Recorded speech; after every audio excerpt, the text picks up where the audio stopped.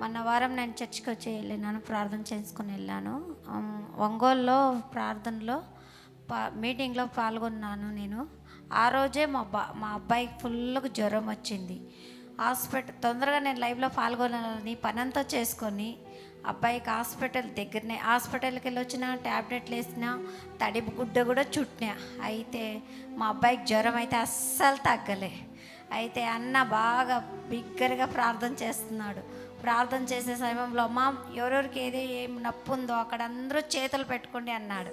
నేనైతే ప్రభువా ఈ బిడ్డను నువ్వు ముట్టువాడు తాకోడు అన్న ప్రార్థన చేస్తున్నాడని ఆ బిడ్డ తల మీద చేయి పెట్టి నేను ప్రార్థన చేసుకుంటూనే ఉన్నా. లైవ్లో చేసుకుంటుంటే నా బిడ్డకు జ్వరం అస్సలకు లేదు.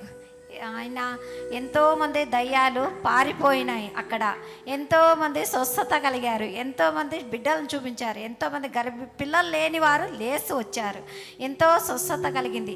ఎక్కడెక్కడ జిల్లాలో అన్నను వద్దంటారేమో కానీ మా ఒంగోలు అయితే మా రాయలసీమలో అన్న అమ్మగారు రావాలని ఎంతో ప్రేయర్ చేశారు. ఇంకా ఎక్కువగా ముందుగా మా రాయలసీమలోకి రావాలని ప్రేయర్ చేస్తాం. ఈ సాక్ష్యం దేవుడు దీవించును గాక.